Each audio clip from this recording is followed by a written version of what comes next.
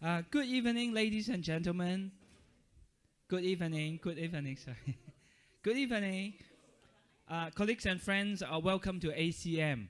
I'm Kevin Lam, Senior Curator for Chinese Art here at the Asian Civilisations Museum. And I will be your MC, your host, and your moderator for today. I would like to welcome all of you to ACM Conversations. ACM Conversations is a series of monthly talks that brings together leading scholars, cultural practitioners, artisans, craftsmen, artists in Singapore and from abroad, in conversation with curators and educators in ACM. This talk series, I have to say, would not have been possible without the generous support of Dalio Philanthropies.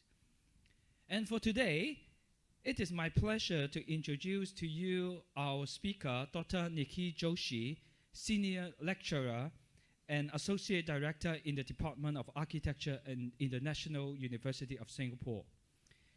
His research interests include cultural heritage management, traditional building materials and techniques, and community participatory approaches. Dr. Joshi has taught extensively, before coming to Singapore, in India, in the UK, and in Malaysia for over a decade.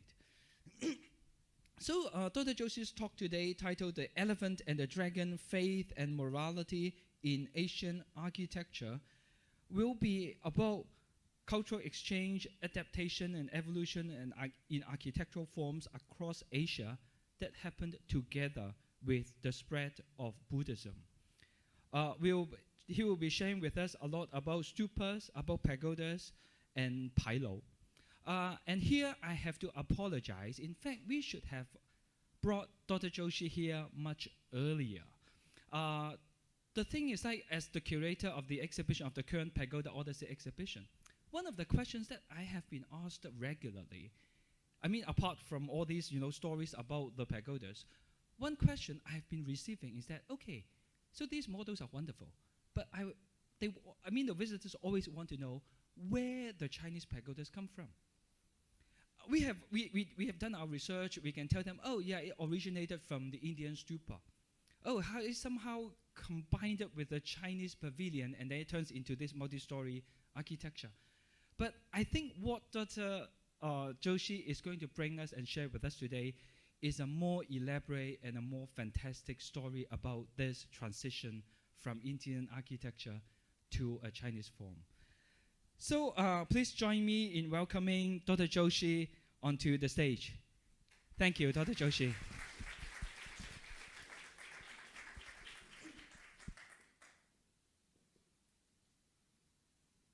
Right. Thanks, Kelvin, for the introduction, and thank you very much for coming to this talk. And my name is Nikhil Joshi, as Kelvin said, and I am teaching at the Department of Architecture, mostly postgraduate studies in architecture conservation. A disclaimer here, I'm not an architectural historian, so that's what I was telling earlier. What I'm going to show you today is basically, I was telling that it's not a historical lecture. It's mostly a conversation, a story. I'm going to take you to a journey, few centuries, basically, in 45 minutes. And as a teacher, I can go more than 45 minutes. It's usual. 45 minutes is nothing. So I'll keep my wristwatch here, because I can talk for 3 hours, believe it or not, and I will not blink. So right, here's a time for me to know that I have to go fast or slow or whatever. So these are my personal experiences. My doctoral research at NUS, more than 10 years ago, was on Mahabodhi Temple and the politics of heritage in India. Basically, I used Mahabodhi, which I'm going to use here as well as an example, and try to critique and say that the World Heritage nominations or the designations are actually quite damaging. So I didn't realize at that point before I embarked on this journey of Buddhist architecture. I mean, I'm a Hindu Brahmin, and so that how this I mean, I know that Buddhism is one of the important religion, but like Kevin said, was very difficult for me to understand that how that hemispherical shape and this pyramidal shape is somehow very related. And when this transition happened, who made this transition? And then as you go to China and other parts of Japan and Korea, I just came back from Japan and China. For the last 3 months, I was traveling with my students, and even more fascinating. And the more you look, and then more the questions you ask, that hey, how come then suddenly a round thing becomes a pyramidal, and then the pyramid becomes some multi-storied things and things like that. So again, like I said, I have not done extensive research on this. I would love to do if I have time in future. But for today, it will be a journey, taking you to through with some text. The first part is kind of more text heavy because I'm talking about religion and blah blah blah blah blah. But trust me, more than 50% slides are more visual. So yeah, here I start, the elephant and the dragon. I don't have to really tell who is the elephant here and who's the dragon. And you will see. Right, so that's the outline, and the outline, as it says, I'm going to talk about the origins and the development of both religions. I'm talking today Hinduism and Buddhism.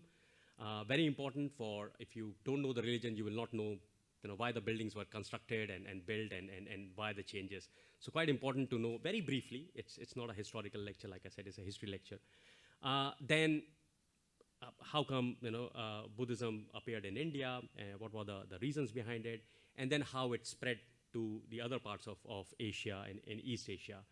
Then I'm going to talk about the main topic is the evolution of Indian stupas into Chinese pagodas, that how this transition happened, and then I'm going to give you 2 examples from China, which was very, very interesting for me in the current circumstances when the countries are putting tariffs and boundaries and wars and everything. That in the past, only a few centuries ago, people were very open-minded. They were doing businesses through ports, Guangzhou, Quanzhou, and other places, but they were very open-minded. They were not like fighting for religion, which is very sad because we had a big terrorist attack just 2 days ago in India. So that's the outline. So starting from Hinduism, Buddhism, the spread, the transition, and then giving you 2 examples where this transition happened, and it's quite happy story basically in these 2 places. Right. Okay. So talking about the origins and the development of Hinduism. Like I said, I'm going to go very fast in this because it's more text heavy. But what you have to understand that the storyline, which religion came first, which came second, which came third, and how they integrated and not integrated, and what happened. It's quite important because buildings don't just appear like that. There has to be a purpose for those buildings. And what was the purpose of the buildings is so that I'm giving you a kind of a foundation here. As an ancient and complex and multifaceted belief systems whose early origins can be traced to the end of the prehistoric periods of civilizations in the Indus Valley region of India and now Pakistan. So Hinduism is actually quite old and quite complex as well. It's very difficult to give a definition of. Some people say it's a philosophy, it's a life. How do you live your life and blah blah blah. I'm not a philosopher. I mean, I'm not a like I've said like few times, not a historian of Hindu religion as such. But yeah, just to understand that it's quite complex and very old. Full stop. Buddhism is equally complex and old, but not so old, because if you see that the Indus Valley, I don't know how many of you know about the Indus Valley civilization, one of the oldest civilizations which was unearthed, and a lot of archaeological digs, and they found out how people used to live, how do you used to practice agriculture and things like that. So it told us many things about Indus civilization. So Buddhism, on the other hand, was founded in the 6th century by Siddhartha Gautama. I don't know. I think Buddhism is more common. People know more about Buddhism than Hinduism all over the world. So 6th century BCE instead of 2000 to 1500 BCE. So there's a huge gap, it represents the evolutions from and reactions to some aspects of Hinduism of their time period, especially the belief in the divinely inspired status of Vedas. So in India at that time, when the Hinduism was actually started, it was more Vedas and practices and rituals rather than buildings and the temples or things like that. So it was open altars and sacrifices of animals and things like that. And there were some texts which was considered as the rock, and one of them was Vedas and Puranas and all that kind of stuff. So Vedas were the text, and the monolith authority of the priestly caste, which I am one of them, and the caste system of the social hierarchy as a whole. So it was very hierarchical. So the priest caste and blah blah blah blah blah, and then the Vedas, whatever they say, you have to do it and things like that. So Siddhartha Gautama was. I'm going to talk about it later in slightly more detail when I'm talking about Buddhism. So I'm saying that Gautama didn't accepted it, Siddhartha Gautama, and then he became Buddha, and the rest is history. Right. So the period from around 700 to 1200 CE represents an especially flourishing time for Hinduism. So of course, it was it started, it grew, and it grew very powerful after a few centuries. And when a number of regional dynasties in India adopted worship practices focusing primarily but not exclusively on the gods Vishnu and Shiva. So what has happened is you can see the changes from the practices of sacrifices and the rituals and all. It's somehow slowly it's becoming more kind of a figure. So the gods are now started appearing, and people are building houses for them, which are the temples. So this period is known as temple Hinduism. So more and more temples, rich people were donating, and the emperors and the kings were converting, and they were also donating. So it was becoming more and more into practice. So this period can be called as a temple Hinduism. And many of the great architectural and sculptural monuments date from this time, from 700 to 1200 CE, Common Era.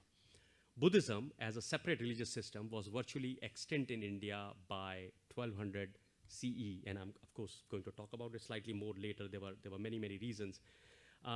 Having migrated widely elsewhere in Asia, and having been to some extent reintegrated in Hinduism. I was having one of my friends from Nepal who teaches in India was giving a lecture in my program just last week.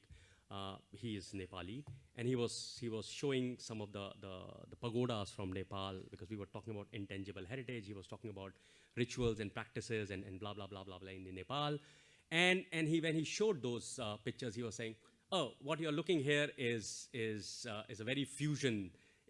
You can call it Hinduism, you can call it Buddhism in Nepal. It's very common that Hindus will come to these pagodas and they will pray the way they pray in a Hindu temple, and the Buddhists will come here and they will pray. So there is no clear boundary that this is Hinduism, this is Buddhism. People will. So it's very interesting that when the Buddhism actually how it integrated in Asia with other religions and fused, and until date it's doing like that. It's just a collage of various temples from various periods, Hindu temples, and you can see some are massive, some were, the patrons were kings and the emperors, and this is supposed to be one of the oldest, but most of them were rebuilt. There's hardly any temple which you can say that, this is from that date and no changes were made. As you know, these temples undergo changes. They became bigger and better and higher and things like that, depending on who is paying for it and things like that. So just a collage to show that this was the era when these temples were built, and built with stone, not brick or timber for that matter. And I will tell you that when this thing went to China and other parts of Asia, East Asia, especially Japan, most of the buildings were in timber, and that's the reason fires and things like that, and they collapsed. So just an idea of how the temples used to look like. Some of them enlarged, some of them are in not great condition, like if I can, like this one. So just the base is left. It's supposed to be one of the oldest, but again rebuilt many times. Right. And like I said earlier, there were, as with any religion or anything else, to actually survive, you have to be somehow, some cases, flexible, and you need to be open for changes. And so happened with Hinduism and Buddhism as well. So both Hinduism and Buddhism were also dramatically challenged by the arrival of Islam in India via politically or military conquest in the 11th and 12th centuries.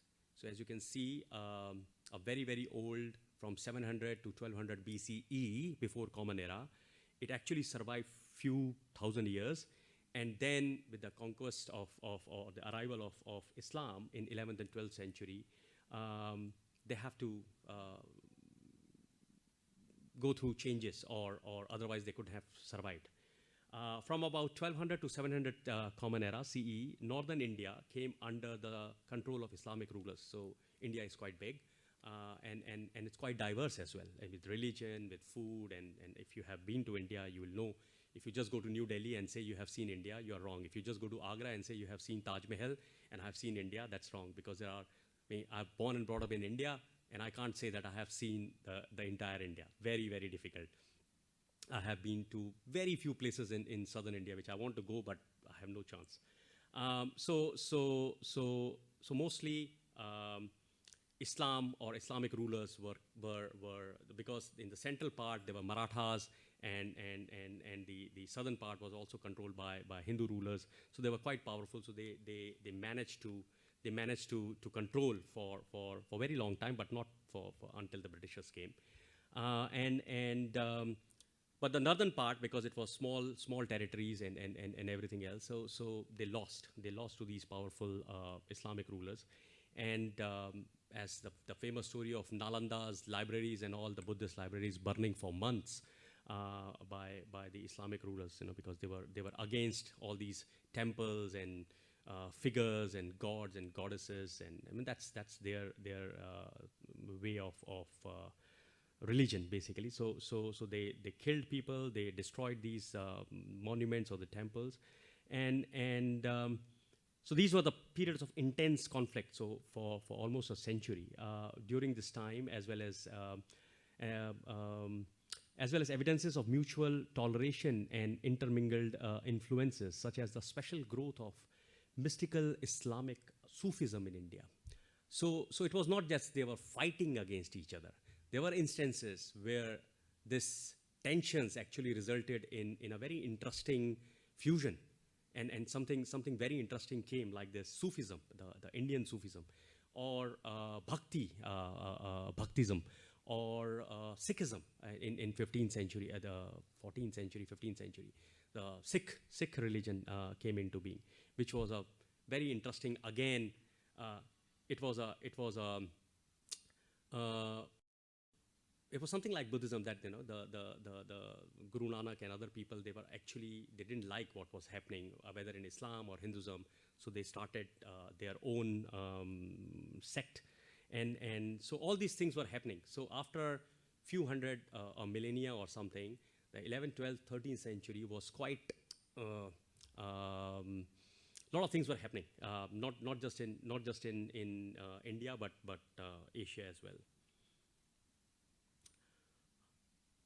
So during the period of Muslim rule, following centuries of temple Hinduism, Hindus responded to the presence and political sway of Islam in complex, diverse, and creative ways.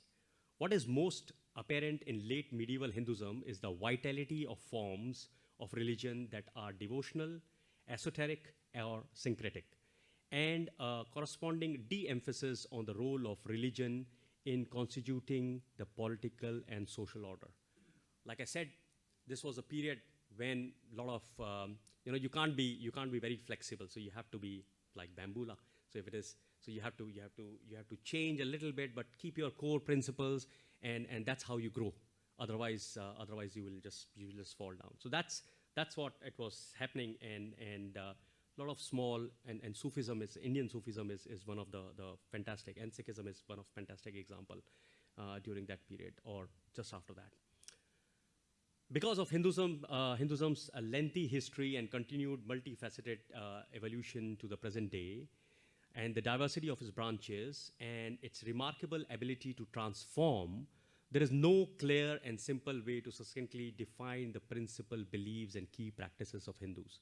Some of you might disagree, but again, that's my understanding. Being a Hindu, being a practicing Hindu, I pray, I'm very religious, is very, very difficult for me to actually explain where it starts, how it ends. People make fun of me. You have so many gods. How do you remember the names and all that, all these things? And I said, you don't have to remember all the names. All the gods are same. You just have to pray to God.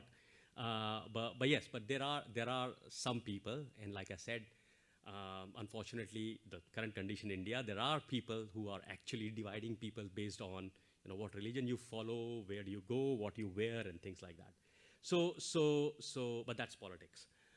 Hinduism is not a reality that comes to its process. It is a kind of unity in diversity, and a continuum forever adapting to new circumstances. And I think this applies to everyone in our life, not just to religion. You want to grow, you have to be flexible and see that you being you, core principles remain the same, but if you have to change, you have to change. So Hindu temples have been constructed in India and elsewhere for many centuries, and they appear in a great variety of forms and styles. Archaeological and literary evidences suggest that in the ancient Vedic period in India, ritual attention was focused on practices of making offerings and sacrifices to the major Vedic deities. Open-air altars as well as roofed enclosures were constructed for these rituals. As Vedic sacrificial practices gradually declined, the housing and worship of images of deities in shrines structures became more common, temples. The creation of image shrines for Hindu deities may have begun during the 4th century BC. So for a couple of centuries, it was just sacrifices and the other rituals. A period when Buddhist and Jain art forms were simultaneously developing too, often in close association with each other. The other religion, which is very, very interesting, and nobody can actually fix a date, but some people say that the Jainism came first and the Buddhism came second, just a matter of few years. And I was also trying to find out, but there are so many books, so many people, but they were same time. And again, a very, very fantastic. So if you're interested in Jainism, which is even unknown religion, please do Google and check. So all this was happening in India. Big country, yes, but not so many people at that time. But now we are the most popular population. But so Hinduism kind of powerful, and more people following. But then also people were against it because of many reasons, and they were trying to form their own religion. Maybe small followers, but now quite big. So this is just a picture from of Sadashiva or Eternal Shiva in English, and this is from Elephanta Caves, near to Mumbai. If you have been to Mumbai, which is kind of central India, and so the temples I shown you earlier were quite elaborate and big, and you can enter and all. But some of these temples, the early temples, were rock cut temples, and you can actually, it was like a small cave with very basic for meditation or for praying or for living, and they will not bring stones from outside and carve them and build a building. They were actually carving. So these were the rock cut temples, as we call, and we have several from southern India to other parts in Bihar and all. So this is just an example of, and you can see three-face Shiva. The middle part, the main one which you can see in front one, is basically he is very peaceful and kind of a meditating state. The one on my left is the masculine one, and the right is a kind of a feminine. I mean, you can see from the expressions and the shape. So yeah, they are massive. They are these massive rock cut temples, and I don't know how people have how many years people were carving this. So yeah, this is how the temple evolution started. So from rock cut to the more elaborate ones, as we see the buildings, but these were caves. And again, more kind of a buildings here, as you can see. But this is not. This is again just pieces from nearby shore, I guess. And then, but these are all World Heritage sites, including the Elephanta as well. But here you can see that they have the master craftsmen. They brought the stones from somewhere, they carved it, and then they built the temple. So you can see how it's not like what temples we see today. They were from day one. They were like that. They change as well. And while the temples are changing, the images are changing as well, and their meanings are changing as well, and the way you do the rituals and the practices are also changing as well. So Hinduism from day one, when it was established, is very different from. That's why I'm saying that it's a unity in diversity and all. But unfortunately now, if you talk to even some of my relatives, they are very they have very different view of who's a Hindu and what is Hinduism. Right. Okay. Coming to Buddhism now. Buddhism, as one of the most world's major religions today, has a lengthy history as well, and it exists in many different variations. As you may have heard, there are like many Buddhist temples, and they have different names. So it's many times it's confusing for me, especially in East Asia, because there are many. I can still understand in Southern Asia, I mean in South Asia, where it is Theravada in that way. Thailand also okay for now, but if I go to China and Japan and Korea, it becomes super complex even for me. So its origins can be attributed to a historical figure, like I said earlier, Siddhartha Gautama, who was born in what is now in southern Nepal, Lumbini, in 566 BCE, before Common Era, and who, after a long life of teaching and travels, died at the age of 80. Again, don't quote me on dates, because dates, if you look at many different dates, people will say, oh, he died at 88, he died at 84, because no birth certificate as such, no NRIC card or anything. So he died in Kushinagar, which is in India. And so he became Buddha, as some of you may know, after doing meditation in Bodh Gaya under a Bodhi tree, and Siddhartha became the Buddha.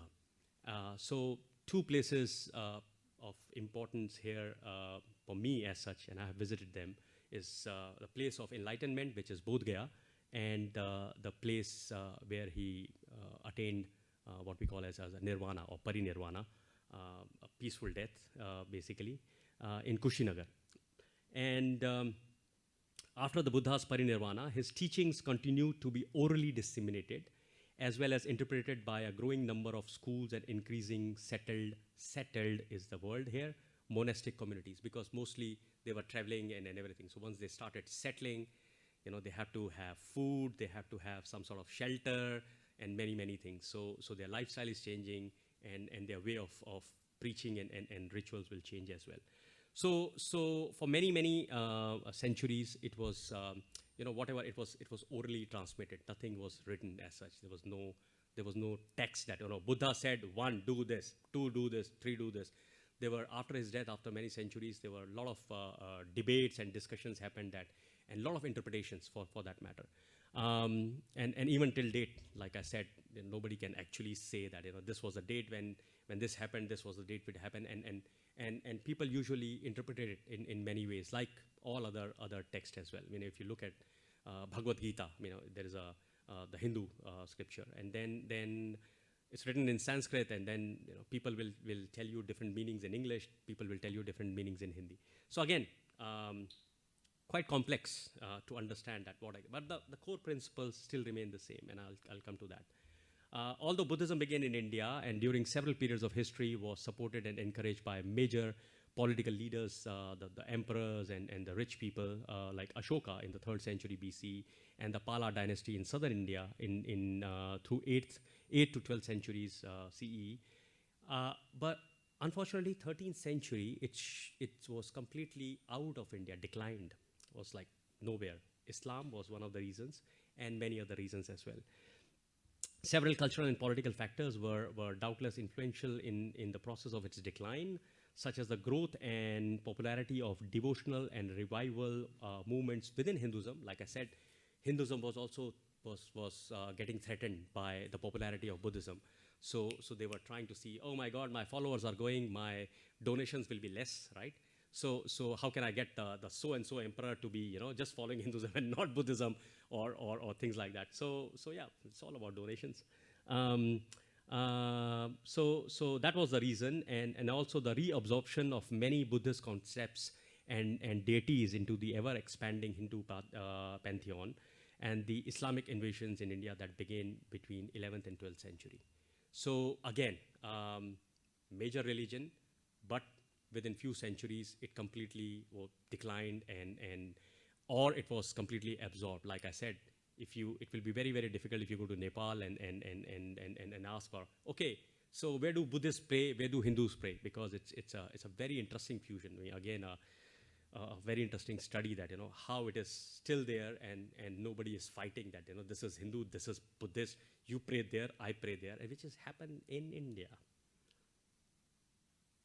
In Buddhism, a stupa is okay, now coming to stupa, all right, and that's the study. So giving you the foundation that what is Hinduism, when it established, origins, and how it developed, and Buddhism, how it developed and declined, what were the reasons. Now coming to actual structure. In Buddhism, a stupa is a mound-like or hemispherical structure containing relics, okay?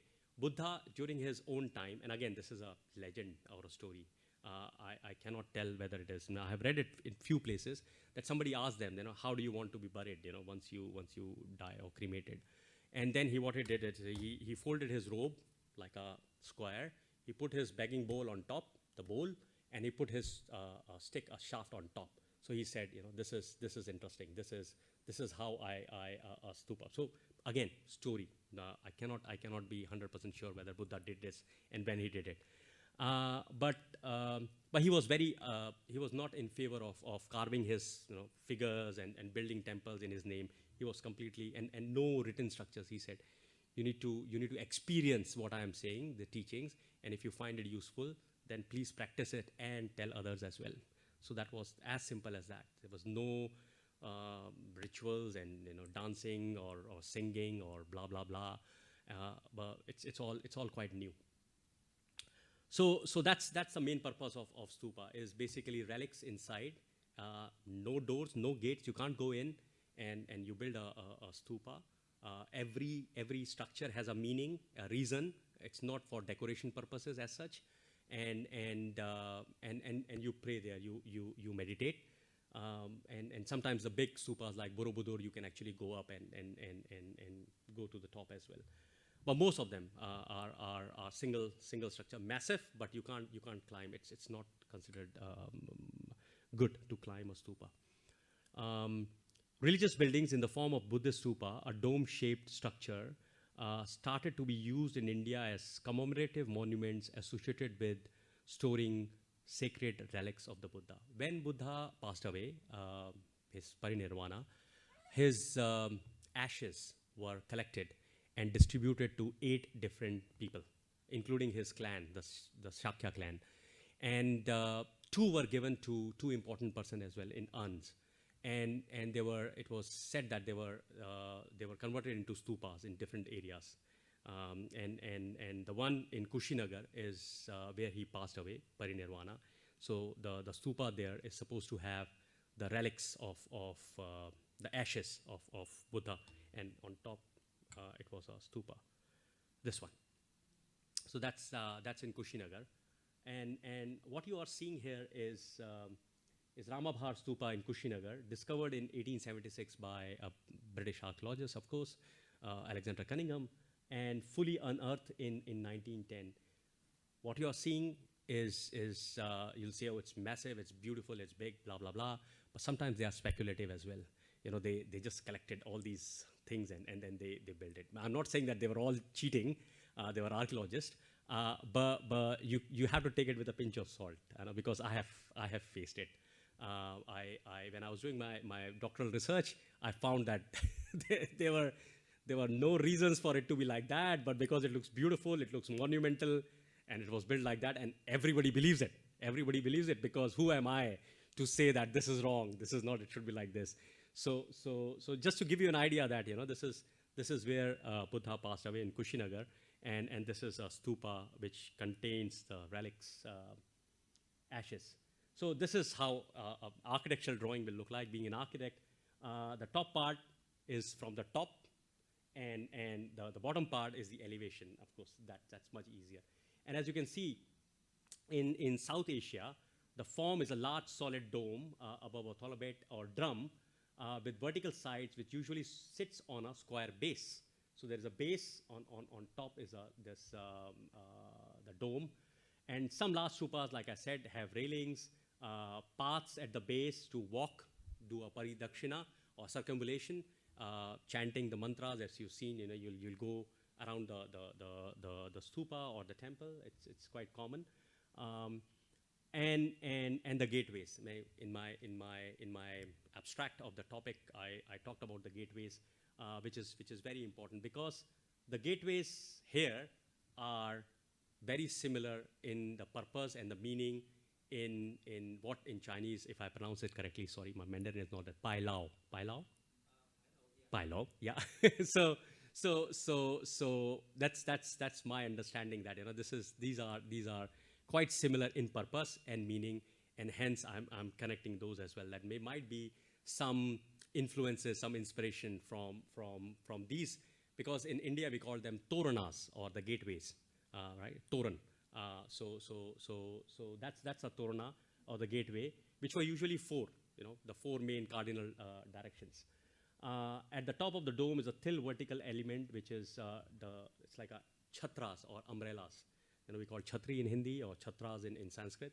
And these are, remember, Buddha folded the square with his robe, put the begging bowl on top, and put a stick, his mast on top.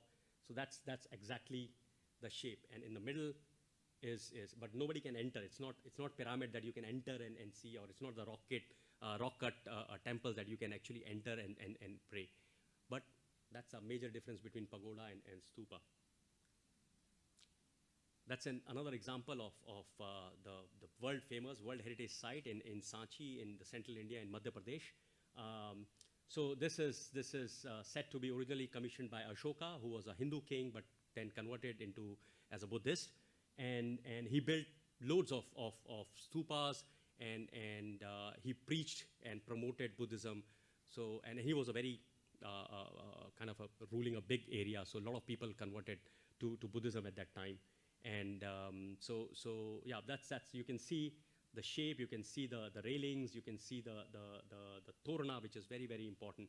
And as you can see, that's in four directions. But what is more interesting here is the toranas came actually quite late. The actual structure was built in 3rd century BC around, and the toranas came between 1st century BC to 1st century CE. And what you are seeing here is also thanks to British archaeologists. These are if I show you the original picture, it's completely collapsed. With just the east gate standing, everything was collapsed. So they rebuilt it in the last century, in the 20th century, no, 19th century, sorry. So again, I wouldn't say 100% speculative because archaeologists can understand the shape and size and all, blah, blah, blah. But what is not the original stupa. It's collapsed and then it was rebuilt with same bricks probably. Okay, this is quite interesting. This is where I'm coming from, how the sphere became a pyramid, and slowly it became the multi-storied building. The stupa underwent major evolutions in the area of Gandhar, or Gandhara in English. We call it Gandhar, and Gandhar is now in Pakistan. So what was happening is, if you're good in geography, and if you know the Asian thing, so people used to go, the very famous Silk Road, the Silk Route was, you can't just take a flight from Luang and directly to New Delhi. That was not possible at that time, right? So you have to walk for several years, or you have a horse or a pony or whatever, and you can't cross Mount Everest because that's dividing India and China. So you can't just say, okay, I want to go there via Nepal, so I can just fly over Mount Everest and go to India. So you have to actually go parallelly to Mount Everest, and wherever Mount Everest has a way to enter, you will enter from the top through what is now Pakistan and Kashmir, and then will come down to India. And then you will go to all the other places, like I said, Bodh Gaya, Nalanda, Kushinagar, and all that. So that's how people used to travel that time. It's very easy for me when I travel sometimes and I see, oh, mountains and all. But imagine for several years, people are actually walking parallelly. And then for wherever there's a pass, they will take that pass and enter from what is now Kashmir and parts of Kashmir, and then will enter from there to India and use Ganges as a mean of transportation, and then will come to Delhi and other places. So in short, Gandhara was and may I, okay, let me just go to the Gandhara stupa, which was a type of stupa, followed several steps. It's very interesting to see that how a stupa, if you look at this picture, and I'm talking about, there are 5 or 6, there are 6 different evolutions or development of stupa. So this is now the current condition, as you can see, and I don't know whether you people can see, but it has got different layers as if it was enlarged. Slowly and slowly. So smaller stupa, then enlarged, then enlarged, then enlarged. So you can see it's like onion. You can see the layers of stupa there. Not in very good condition, but yeah. So that can tell you that it started small and then many things happened. So Dharma Rajika stupa is basically in 3rd century BC was a very simple hemispherical mound, as you can see. And by the time the Kushan or the 2nd century CE, it became very elaborate with all the railings and the Vedika and the top, the Chhatras and everything. So you can see that how this was developing. Sometimes you have the steps, sometimes you don't want people to go so close, so you will not have steps. So again, it's what we see now is like, wow, this is this. But then when we go into detail, we think that for a few millenniums it was never like that all the time. It has changed.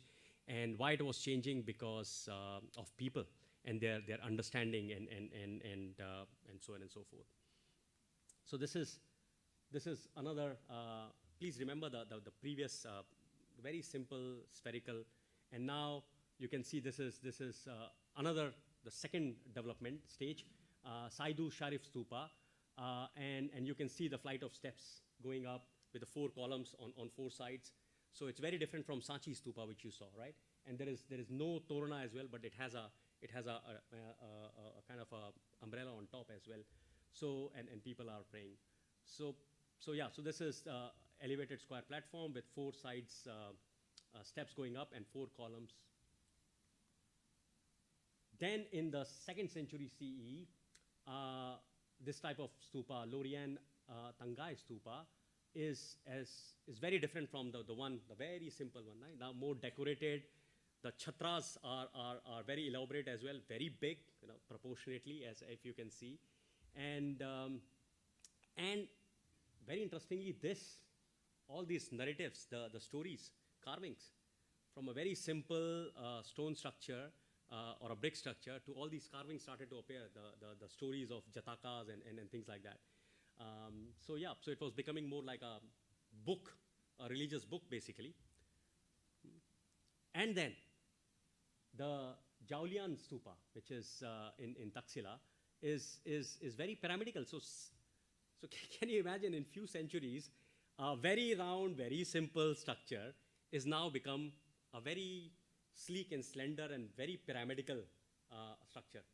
So again, this is my understanding. You may say that I'm wrong, but I was having the same issue of that, how a simple stupa became pyramidal and then multi-storied as it goes in East Asia.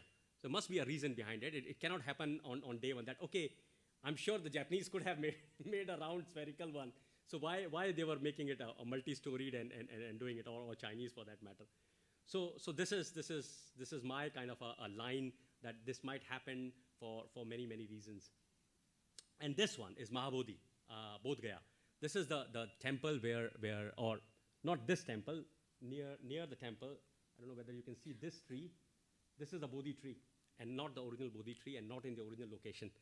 So again, I try to prove it, but a lot of people disagreed with me. That's fine, because I'm not Buddha. I cannot say exactly where I sat and got enlightenment.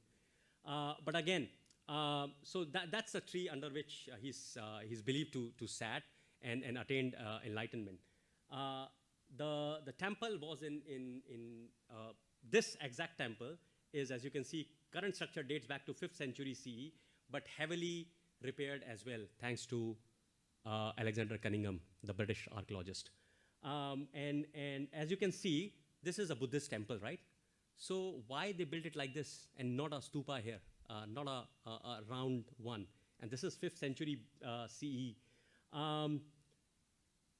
Archaeologists have proved that there are, and they found some coins and other souvenirs and all that.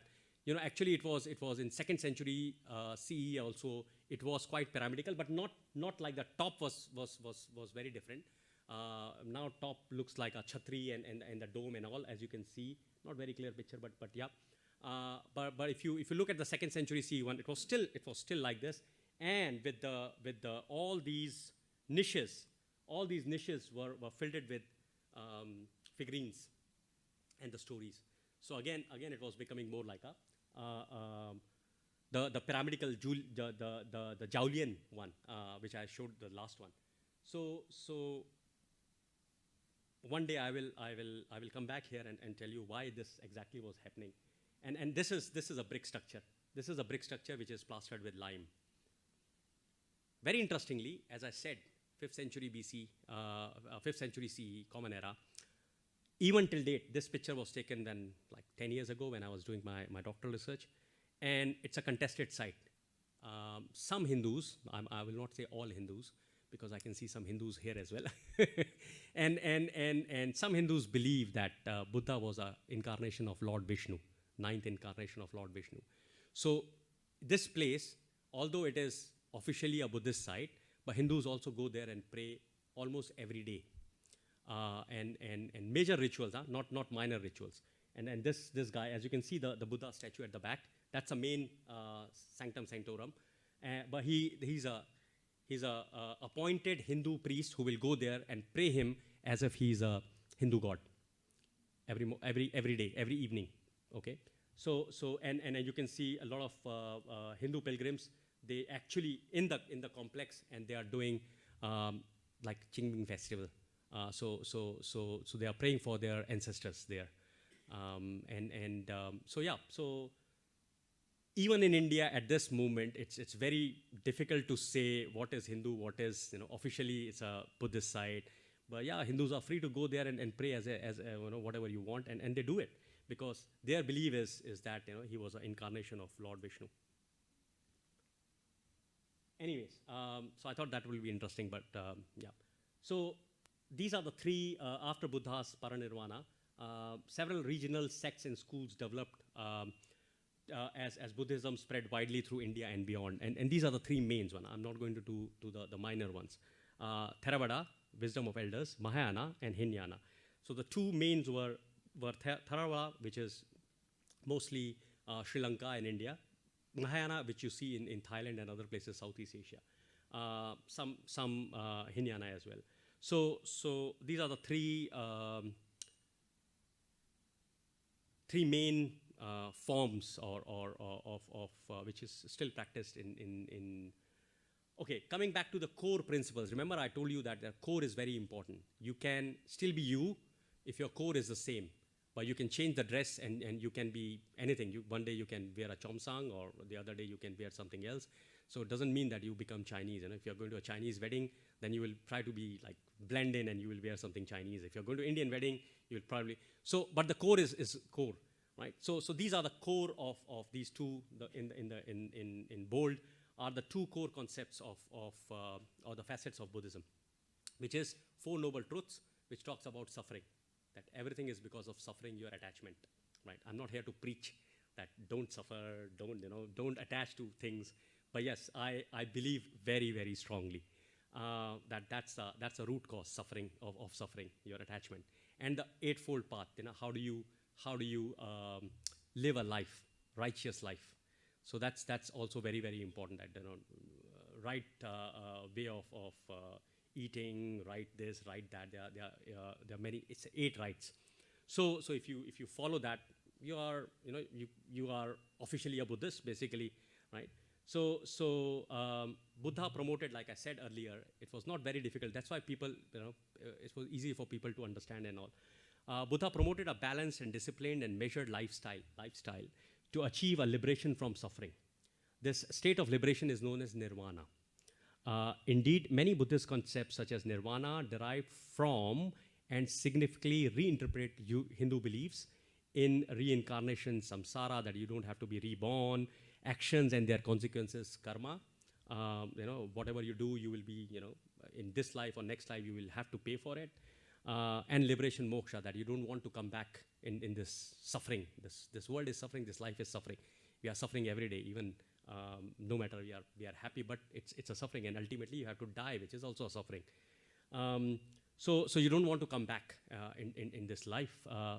So it's all about ego and attachment. So it's as simple as that. Coming to the spread of Buddhism to China. Buddhism spread to China in the 1st and 2nd century CE. Remember, it was 13th century. By 13th century, it has gone from India. But before that, it went to other places as well, especially China, and to Korea in the 4th century, Japan in the 6th century, and in Tibet in 7th and 10th centuries as well. At different branches. And in China, Buddhism encountered, influenced, and was transformed by pre-existing Chinese popular religious traditions, plus Taoism and Confucianism, which was earlier there. And it was influenced and transformed. Very important. There was a thing there already, but as Buddhism went there, it's got amalgamated or a bit transformation. The spread of Buddhism to China and many other Asian regions were adapting to and adopting local building and iconographic traditions, and in turn adding to the development of indigenous styles of art and architecture was one of the key to its successes. So very important, like I said, I've been saying this from slide 1, is adapting and adopting, right? I've been traveling for more than 30 years in my life. I left home when I was 16, I'm 46 now. And I have traveled all over the world, almost. And every time I go somewhere, if I say that, oh, I'm a vegetarian, but sometimes you go to places where you can't find vegetarian food. So I'm a bit flexible. So, okay, can you take eggs? Okay, I can take eggs. If I take the meat out of it, can you eat it? I have to eat, otherwise I'll die. Okay, just take the meat out. I'll just eat the curry.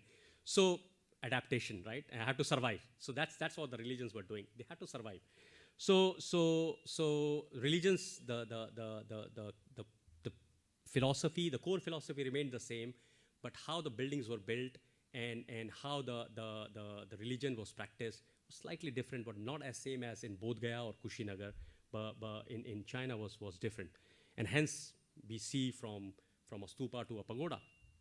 It is extremely significant to note that the concepts of marking sacred sites with physical structures, like the 8 sites I mentioned earlier, with the ashes, the Buddha's ashes, right? So it was very important where he stayed, where he sermoned in Sarnath and other places. All these places were marked by stupas. And the activity, and the most important is the activity to make pilgrimages to visit these sites were also quite important. And in Buddhism, and throughout centuries, even now, people go to Bodh Gaya, whether Vietnamese or Chinese or any other. So pilgrimages are quite important in Buddhism as well as in Hinduism and other religions. So another one of the famous pilgrim, I would call him, not a scholar or traveler or translator, but like many people say. For me, he's a pilgrim. He was interested, and so he traveled traveled to Indian subcontinent between 399 to 412 CE, and I don't know whether you can see the red line. He started from here, China,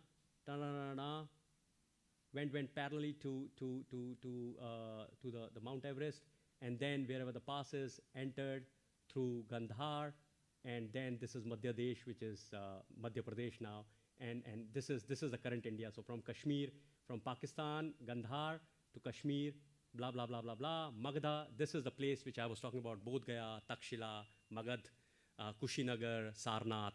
Everything is almost here. Then taking back the route here, taking a boat from probably Burma or somewhere, going to Sri Lanka, preaching there, and then his boat was lost. He went to Java for a few months, 5 months. He was in Java, and then from Java back to China. And they all collected a lot of souvenirs, a lot of text, a lot of scriptures, and went back and translated them. And hence, the preaching starts when people, because not everyone can do this sort of journey. Very, very tedious journey. Like they walked for 10 years, 12 years. Sometimes they were awarded a horse or something, and that was. And at the age of 60, so must be very fit. Yeah.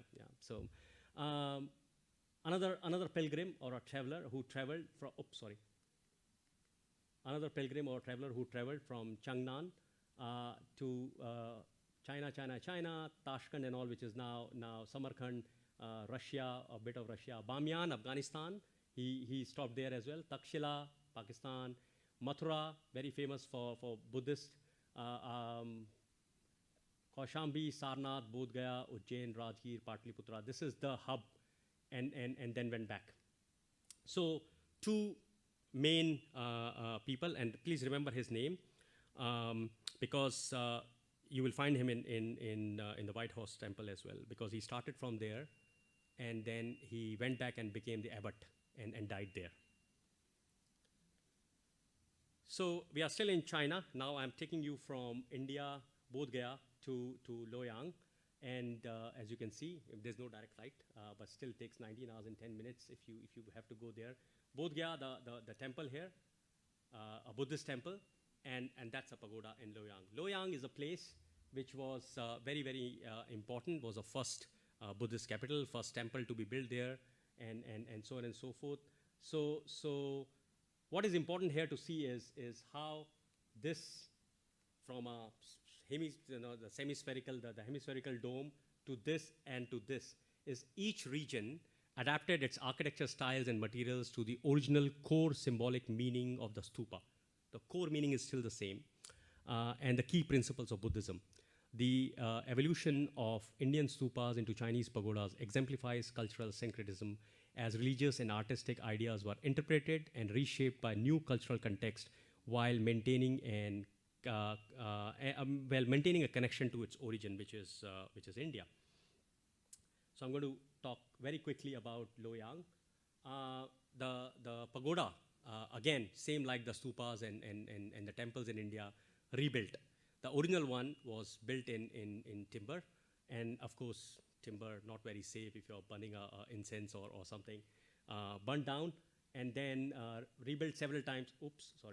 Rebuilt several times The current one is built in 1175.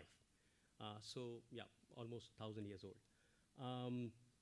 It was an important in history as a capital of 9 ruling dynasties and as a Buddhist center. In 68 CE, Baima, which is White Horse Temple, one of the earliest Buddhist foundations in China, was built in Luoyang under the patronage of Emperor Ming in the Eastern Han Dynasty. The temple still exists, though its architecture is of later origin. Again, rebuilt, bigger, better, beautiful, monumental. The main temple buildings, a large complex, was reconstructed during the Ming and Qing dynasties, and again refurbished in 50s, and again in 70s after the Cultural Revolution, and again and again and again many times. So yeah, you can see it's very difficult to pinpoint that this is original and this is not. But the core, what we see now is quite interesting, and that's the entrance. Now I want you to please think of my slide of Sanchi Stupa, the golden big stupa with the gateway, which came later there. And for me, that's very similar. I mean, you will say, where is the dome, where is the torana or the gateway, is here. And again, this very similar to the Sanchi Stupa, this came quite late. And this archway or the gateway or the torana or the pailou is very similar. It's basically the axis, the main axis, where we can go to the temple and you can go to the pagoda. So like I said earlier, please remember the name, the monk who went to India to collect all the thing. He actually came back with 2 Hindu or Indian scholars as well, and they came with a white horse, and so the king was so happy that you can see the 2 white horses here as well, which was and they all stayed here, the Hindu scholars from India, or the Indian Buddhist scholars, and he was the abbot for the temple. So they stayed here until their death. For me, again, I can't pinpoint that this is original and all, because everything was rebuilt as many other monuments in China. But yeah, so that's how the core principles were still there, but because they were building in timber and all, and brick or the construction material, but they understood the idea of the pagoda. So it was a commemorative, it was a structure to commemorate and pray and everything. So because of the architectural techniques and the praying techniques, so I think it was still quite similar, even though not in shape. What is interesting for me is if you look at the temple complex, which I'm not showing the pictures in this slide, but if you Google it and if you go there, even better, you will see that everything looks very Chinese until somebody tells you, this is an inspiration from India and blah, blah, blah, blah, blah. But what for me interesting is a full circle, that how the Indian, the Chinese architecture, the Indian Buddhist architecture went all the way to China and got transformed into something which looks very Chinese, and the shape and size and the materials and everything. And then suddenly, this is in that temple complex, right? And this is very it's kind of a replica of the Sanchi Stupa, the one in which I showed you earlier, very old. But this is brand new. This is 2010, inaugurated by the President of India when she was in the earlier president, and this was a diplomatic gift from India to China, saying that we are friends, not anymore, at that time, and we are culturally connected and blah blah blah blah blah. And what was the culture? It was Buddhism. It's a connection, and so we will pay for everything. You just give us a piece of land. So Luoyang, because the first temple, Buddhist temple and everything, so they got a piece of land, and this was all designed and paid and built by Indian architects, and finished in 2008, inaugurated in 2010. But again, it has been adapted as well. There was no water there, if you remember that slide, and it's only one gate, one torana, one gateway, not the 4 gateways as there. So again, adaptation, and what's interesting is a full circle. So The stupa, by the time it went to Loyang, became a pagoda. And then after that, when they have to build something, they will make another pagoda, another stupa there. So for me, it's a very interesting thing. And even the Buddha statue inside is a replica of the one in Sarnath. So the original temple, Loyang temple, the Buddhist temple, is this is the statue, and inside that the new stupa, the statue is the one which is kind of a replica. So these architectural adaptations and evolutions through the millennia highlight the fluid boundaries and shared heritage in cultural and religious expressions across Asia, driven by trade, religion, and dialogue between diverse, and it's an ongoing dialogue between the diverse religion. This is the last one, which only 3 slides. I know I'm way beyond. I'm already one hour. This is in Guangzhou, not Guangzhou, Guangzhou. So how many of you know the place or been there? It's Fujian. Yeah. Xuanzhou. Thank you very much. So this was actually told to me by one of my student, a recent student. So I was like, I didn't know about it. I have never visited it. But when I heard about it in one of her presentation, I said, she said, oh, I'm from this place. I said, oh, that's very interesting. So I've used it here, and I've done my homework. I did some research and everything. So this is a place called, please correct me if I'm wrong, in pronunciation, Chidien, a village in Guangzhou, and it was a port city. So like Guangzhou and other Shenzhen and other, it was a port city, very important port city, very big port city, and it was a terminal point for the maritime Silk Route. So you can imagine, it was very prosperous. Arabs, even Italians and all were taking their boats and doing business and everything. So it was a very big port city, and hence a lot of Indians, especially the southern Indians, the Tamils, were also there, like in Singapore. So what is interesting here is there's a small village in this place has a temple which clearly the scholars understand it's not Guanyin, but the people, the local Chinese, they still pray in this local shrine as this image as a Guanyin, a female bodhisattva, right? But it's definitely not. They understand it, but people for hundreds of years have been praying, and nobody tells them that you are wrong. But the scholars do understand that this is not typical. This is not Chinese. It probably might came through the Tamil traders from Tamil Nadu in India, and they might have built a temple because they are staying here for, they have to pray as well, like in Singapore. And so this temple was collapsed and rebuilt. So, but again, of course, no Tamil lives there anymore. So it's been used as a Guanyin temple. But if you have seen Guanyin with a lot of hands and all, but it has got 4, as you can see. It's a piece of granite there, and sitting cross-legged, 4-armed goddess smiling and flanked by 2 attendants and vanquishing a demon underneath. I don't know how clear is the picture, but this is a very typical Hindu god. Another reincarnation of Vishnu, 4th one, not the 9th one. Remember, Buddha considered as 9th, but the 4th one, God Narasimha. Right, and if you go to Tamil Nadu and see the temple carvings and all, absolutely same.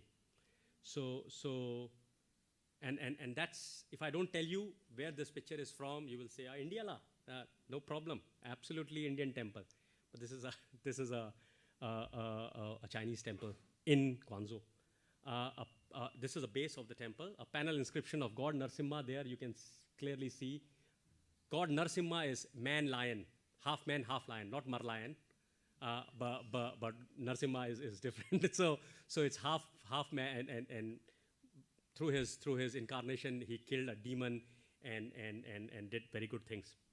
So a panel of inscription of God Narasimha adorns the entrance to the main shrine of the 7th century Kaiyuan Buddhist temple, believed to have been installed by Tamil traders who lived in Guangzhou during the Song and the Yuan dynasties for very long. And like I said, It was because of the port city and a lot of traders going in. So these are in their maritime museum in the local city. You can see clearly an elephant and Shivalinga there.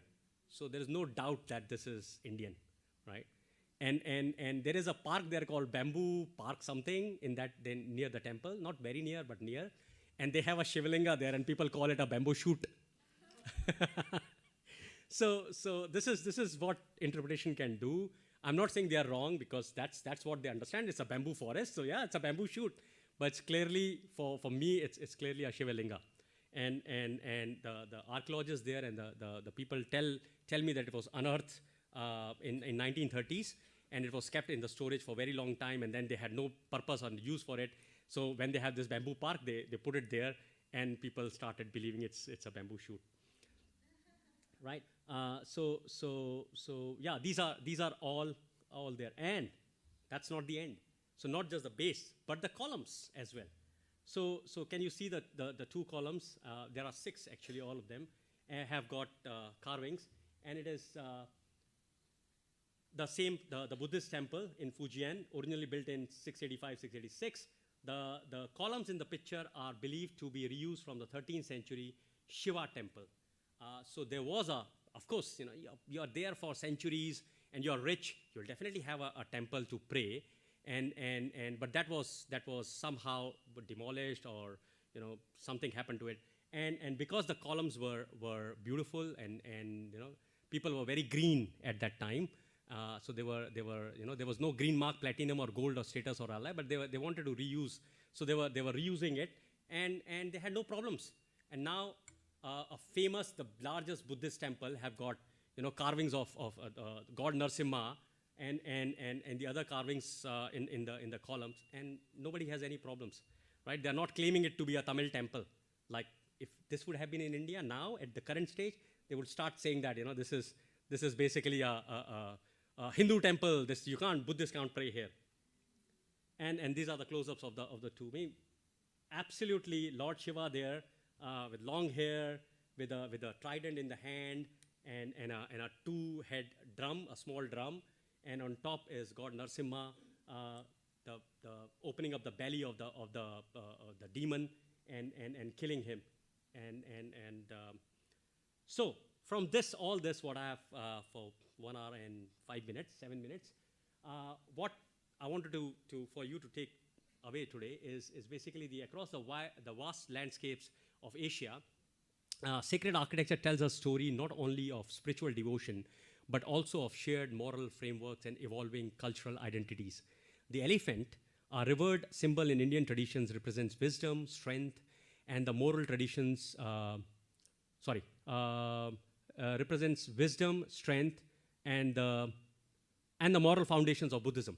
Because some of you, if you know that, Buddha's mom got a dream of white elephant before he was born and all that kind of stuff. And the dragon, emblematic of Chinese cosmology, stands for power, protection, and harmony within the universe.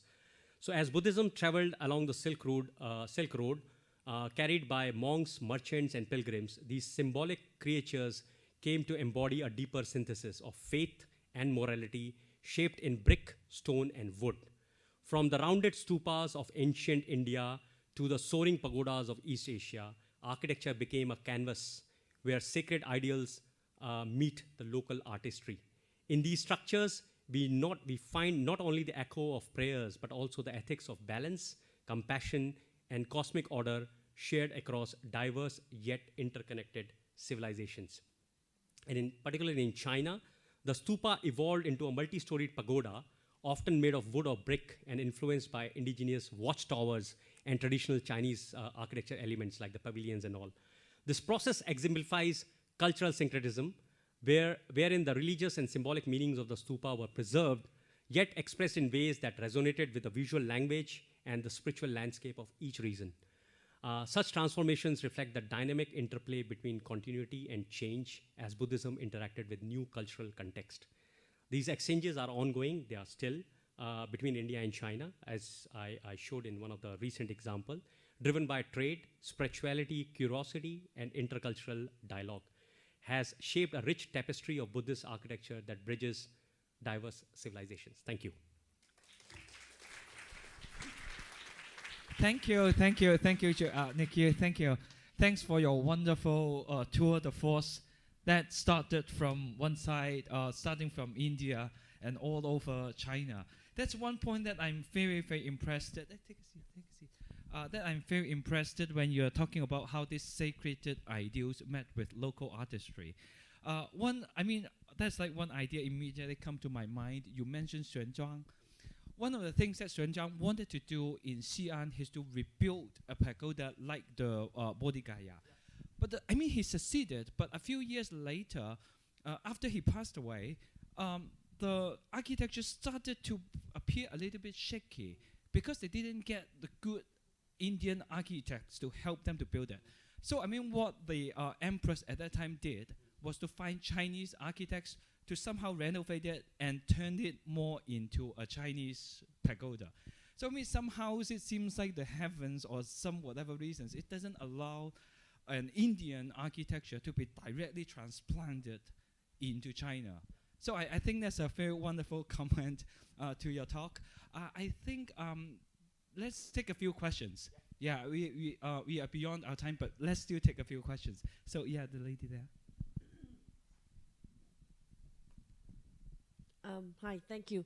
Prof. Joshi, thank you very much for that lecture. That was really good to kind of get such a big overview. I wanted to ask you about the different levels. I know you've talked about the stupa becoming different layers over time, and especially in China became pagoda. What are the chances that this is a layered building is much easier to build than a stupa? A stupa is basically round, and so I wanted to ask you from an architecture point of view of people who were planning and designing, that they thought that this is not going to go very far. It can't go very high. It's going to be difficult for us to build. And also something that you mentioned in passing I thought was really interesting, that each layer was starting to be almost a teaching tool on stories. And so you have to have people walking around, and circumambulating is quite an important thing for Buddhists to do. And so to be able to walk around, you need structures that could hold that weight. So if you've got a stupa, you're not going very far, and you cannot go very high. So as it went through time, what is the possibility that the architecture just changed, not because of anything related to faith or moral or which is the title of your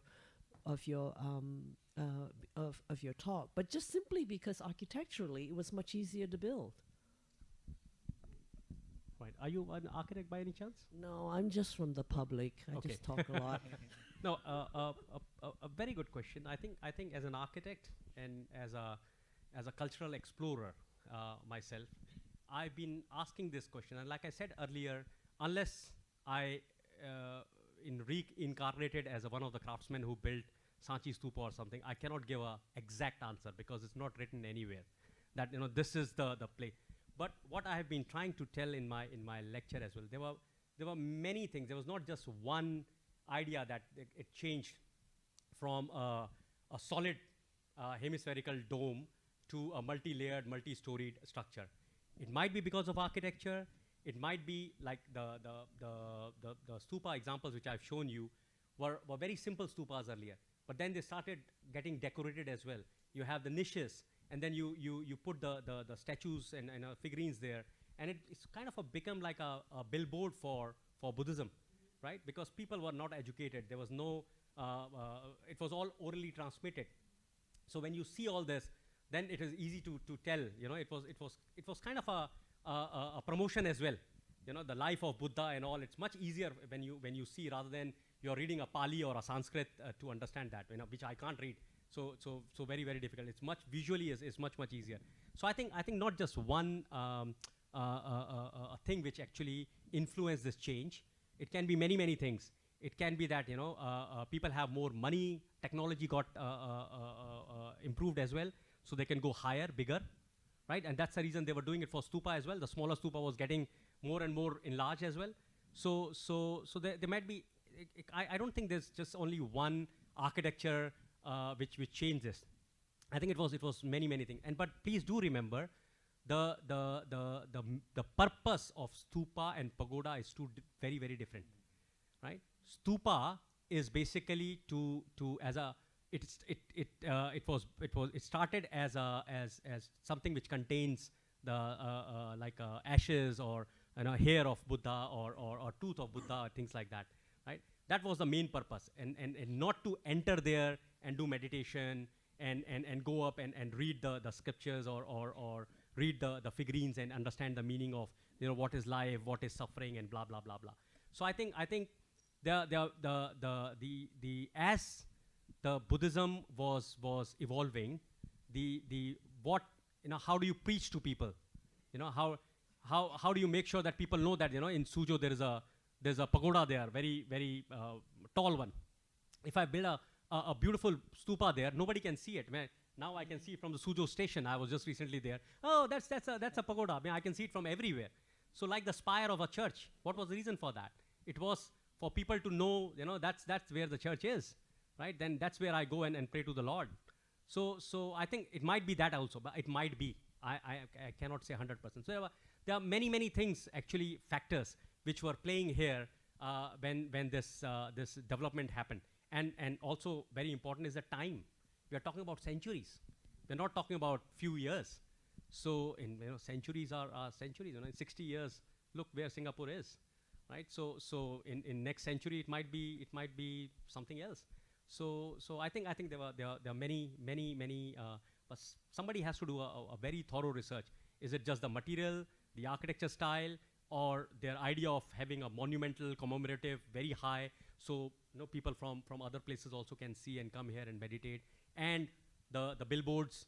So instead of telling everyone to learn Sanskrit and Pali. Yeah. Thank you. I think we can take one more. Yeah.